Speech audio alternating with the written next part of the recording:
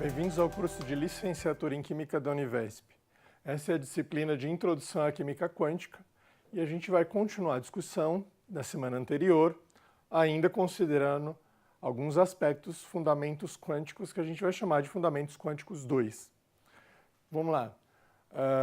Existe uma matemática bem pesada por trás da teoria quântica, mas não é o objetivo dessa disciplina. O objetivo da disciplina é que vocês consigam entender alguns conceitos chaves que foram e alguns acontecimentos, né, ao longo da história que foram muito importantes para a gente chegar na proposição que culmina no modelo vigente hoje, né, de modelo atômico vigente, que é o modelo orbital. Então, vocês já tiveram na primeira semana uma evolução histórica, desde de gregos até chegar no modelo vigente, e alguns aspectos. A gente está complementando com alguns fenômenos, alguns estudos e algumas proposições muito importantes que foram construindo, né, ao longo desse tempo, até propor o modelo, até influenciar, na verdade, no modelo atual.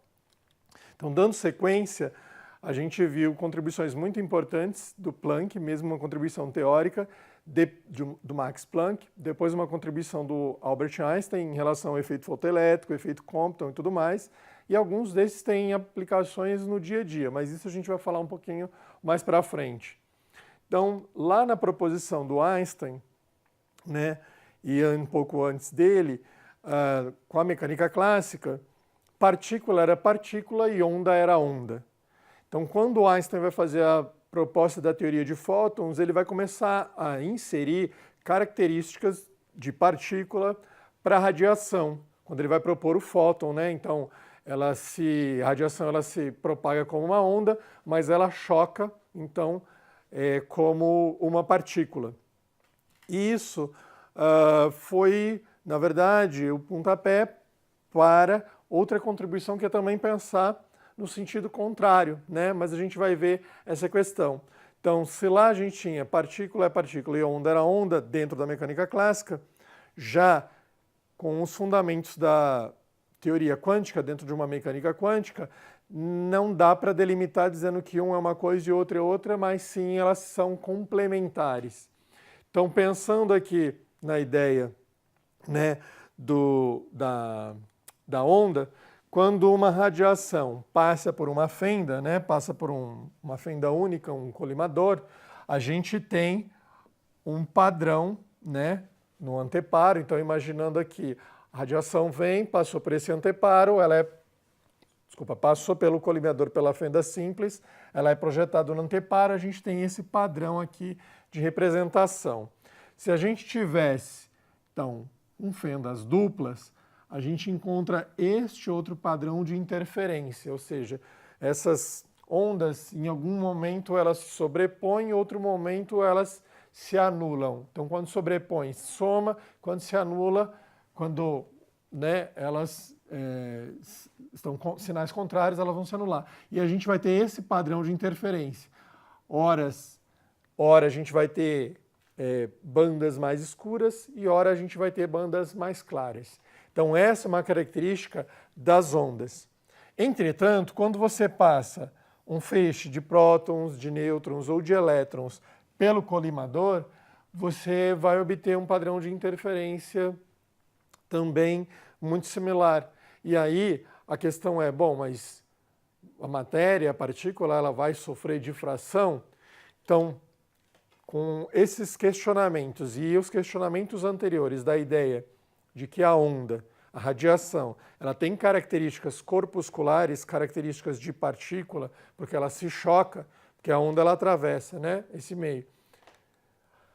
O francês, o Louis-Victor Pierre Raymond de Broglie, ele vai fazer uma proposição. Ele vai dizer que, bom, já que a radiação tem propriedade corpuscular, a matéria ela também deve ter propriedades ondulatórias. Isso se você pensar naquele momento onde as coisas eram muito estabelecidas, muito determinadas, isso é quebra de paradigma, né? Então, assim, isso é muito combatido. E aí ele vai fazer essa proposição. Ele vai dizer que para todo elétron em movimento há uma onda associada característica, ou seja, aquela matéria agora ela apresenta também propriedades de radiação.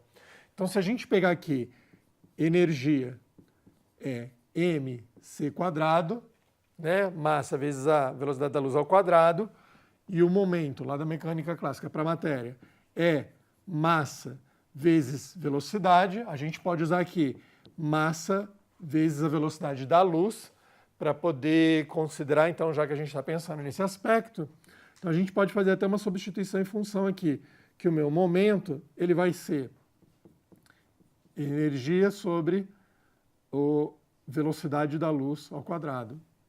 Saiu aqui? Saiu. Então aqui eu vou substituir E igual C² vezes o C. Posso cancelar esse daqui, tenho que o momento vai ser a energia sobre a velocidade da luz. Mas sei também que energia, vamos ver se pega aqui, sei também que energia é igual a hν, que é a constante de Planck, vezes a frequência. Então, eu posso fazer essa substituição aqui. Vai ser constante de Planck, frequência, sobre a velocidade da luz.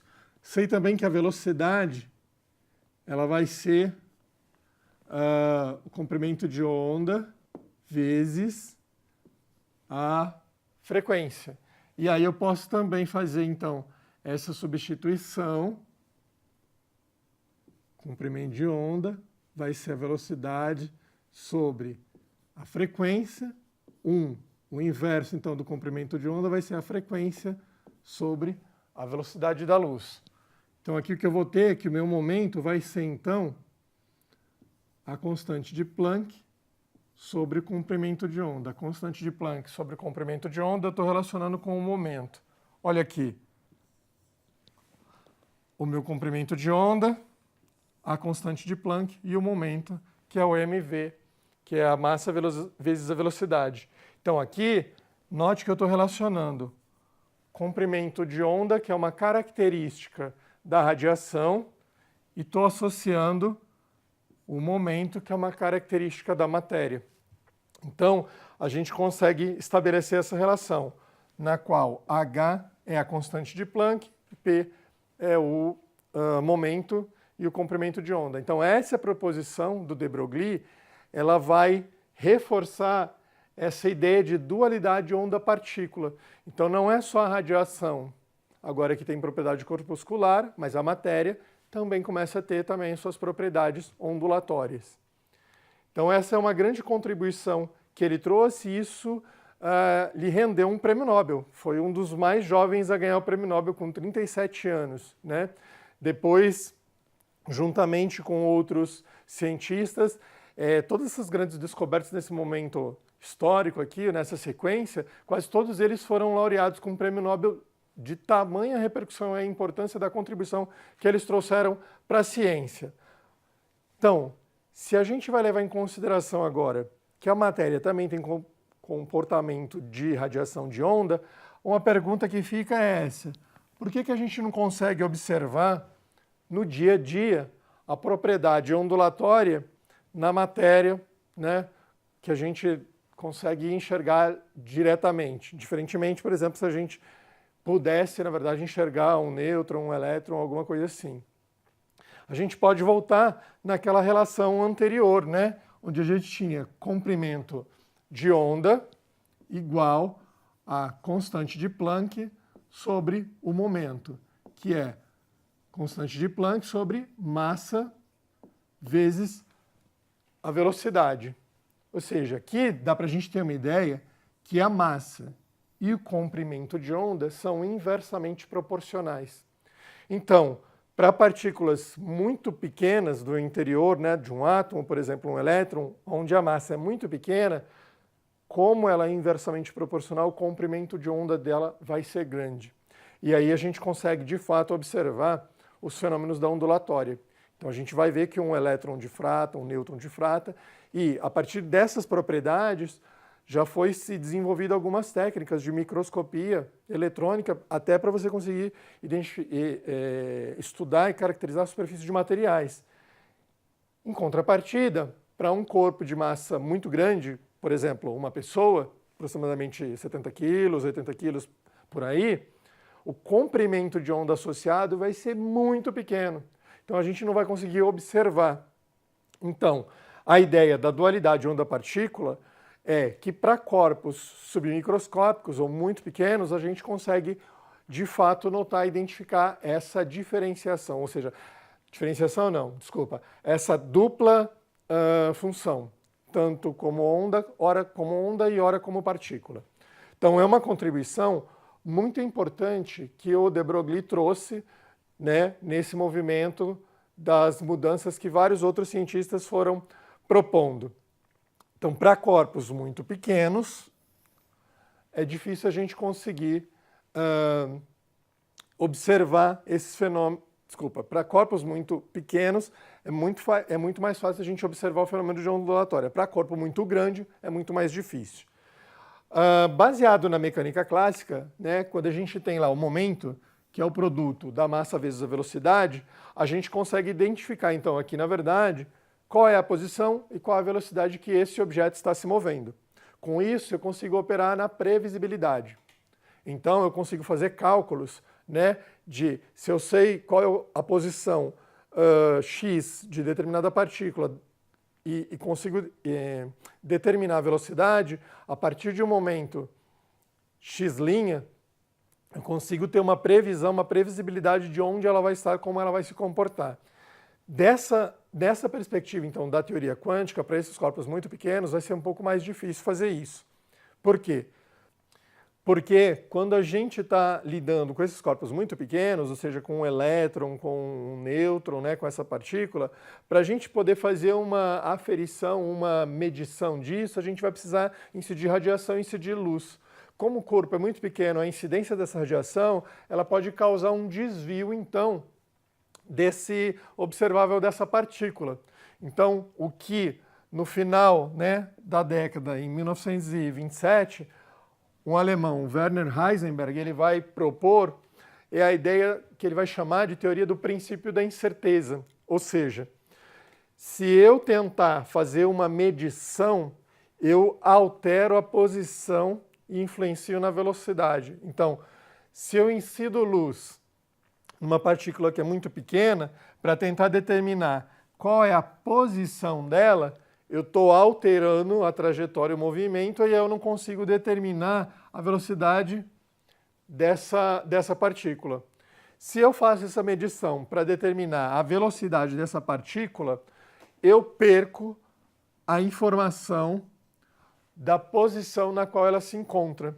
Então, o que ele vai fazer é o produto da incerteza da posição pela incerteza do momento vai ser maior ou igual a uma constante, que é o H, que é a constante de Planck, sobre 4π. E aí, o H cortado,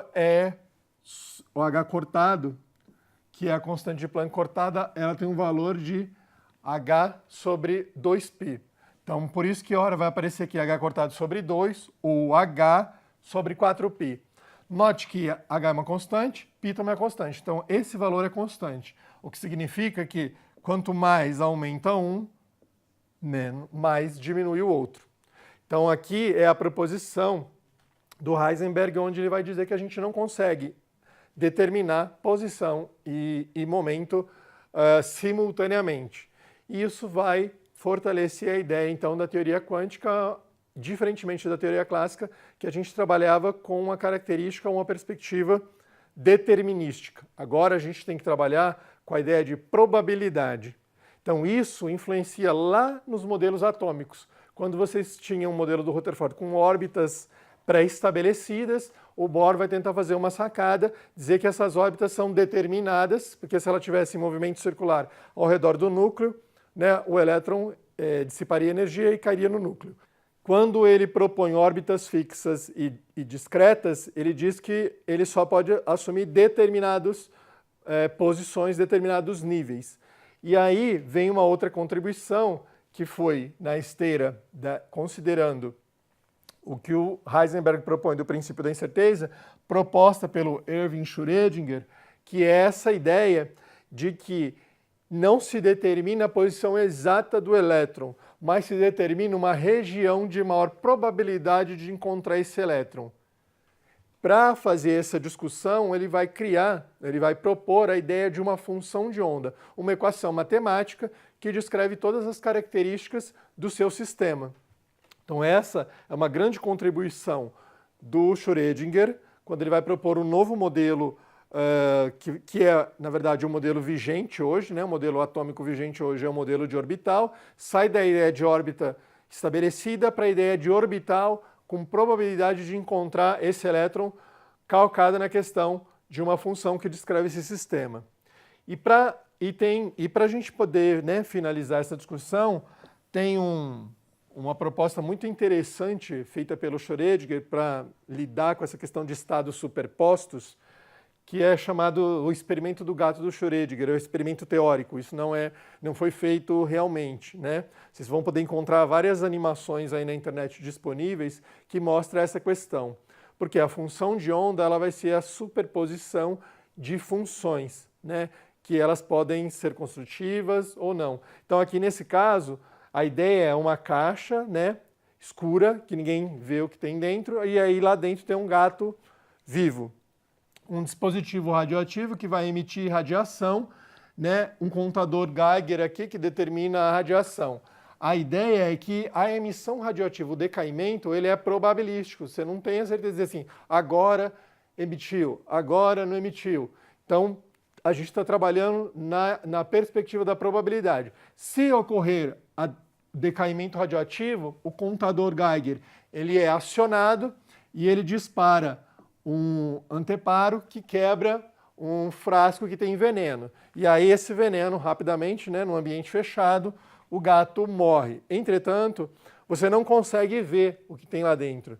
Então, se tiver decaimento, gato morto. Se não tiver decaimento, gato vivo. É a ideia do experimento que ele propõe para se entender a ideia da superposição de estados. Eu posso ter isso e posso ter aquilo, e a soma disso me dá essa outra função. Então tem uma função que descreve o sistema, outra função, e a somatória delas, desses dois estados, aí eu consigo descrever o estado por completo. Então dá uma olhadinha no material que está disponível para vocês no ambiente de aprendizagem, para vocês poderem aprofundar. Aqui a gente está tentando pegar as ideias principais, os conceitos fundamentais, para que você tenha um entendimento mais qualitativo, mais conceitual, do que uma questão mais operacional de fazer cálculo e fazer conta, às vezes, sem saber do porquê está fazendo isso. Então, tente olhar esse material para aprofundar nos seus estudos e ter uma melhor compreensão, porque é dentro dessa perspectiva agora que é proposto o modelo do orbital, como vocês viram lá na primeira semana, quando vocês estudaram o desenvolvimento dos modelos atômicos. E a gente se vê na próxima aula.